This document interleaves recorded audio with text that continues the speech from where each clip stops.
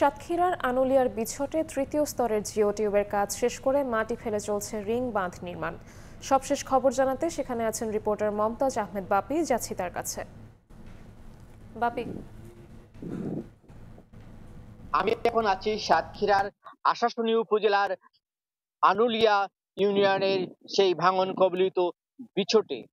ভাঙন কবলিত এলাকার জোয়ারের পানি ঠেকাতে জিও টিউব দিয়ে যে বাঁধ নির্মাণ করছে, অষ্টম দিনে তৃতীয় স্তরের সেই বাঁধ নির্মাণের কাজ চলছে এবং তাদেরকে সহযোগিতা পানি উন্নয়ন বোর্ডের এই নির্মাণ কাজের সাথে সহযোগিতা করছে সেনাবাহিনী এবং জেলা প্রশাসনও তাদেরকে সব সময় তদারকি করছে বলে জানিয়েছে আমাদেরকে। এই তৃতীয় স্তরের বাঁধ নির্মাণ শেষ করে এর উপরেই মাটি ফেলা হবে। মাটি ফেলে একটি রাস্তা আকৃতি দিয়েই জনসাধারণের চলাচলের জন্য ছেড়ে দেওয়া হবে। এদিকে পানি সত্যি সত্যি কিছু জলাবদ্ধতার সৃষ্টি হয়েছে। বদ্ধ জলাবদ্ধতায় কিছু এলাকায় পানি দূষিত হয়ে পরিবেশ দূষণ হয়েছে। বিশেষ করে নোয়াখালী গ্রামটি দূষণের কবলে পড়েছে বলে জানিয়েছে এলাকাবাসী।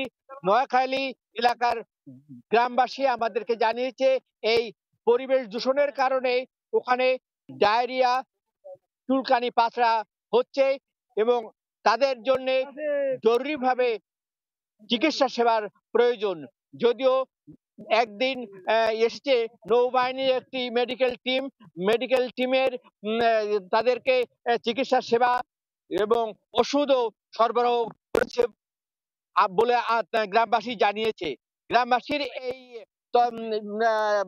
কষ্টের কথাগুলো বলেছে তারা, যে এই প্লাবনে তারা যে ক্ষতিগ্রস্ত হয়েছে, ঘের ভেসে গেছে, বাড়িঘর পড়ে গেছে, এই ক্ষতিপূরণের জন্য বারবার দাবি জানিয়েছে জেলা প্রশাসন সহ সরকারের কাছে। তাদের দাবি যে এই বারবার বাঁধ ভাঙে তাদের কপাল, এই কপাল ভাঙার হাত থেকে বাঁচতে তাদের টেকসই ভেড়িবাঁধের দাবি তাদের বারবারই করে এসছে। এই টেকসই ভেড়িবাঁধই একমাত্র সমাধান বলে স্থানীয় জনপ্রতিনিধি এবং স্থানীয় ক্ষতিগ্রস্তরা আমাদেরকে জানিয়েছে। টেকসই ভেড়িবাঁধের বিকল্প তারা অন্য কিছু চায় না। এই টেকসই ভেড়িবাঁধের দাবি বারবার তারা তুলেছে। এই ছিল সাতক্ষীরার ভাঙন কবলিত এলাকা থেকে সর্বশেষ। সরাসরি যুক্ত ছিলাম সাতক্ষীরাতে।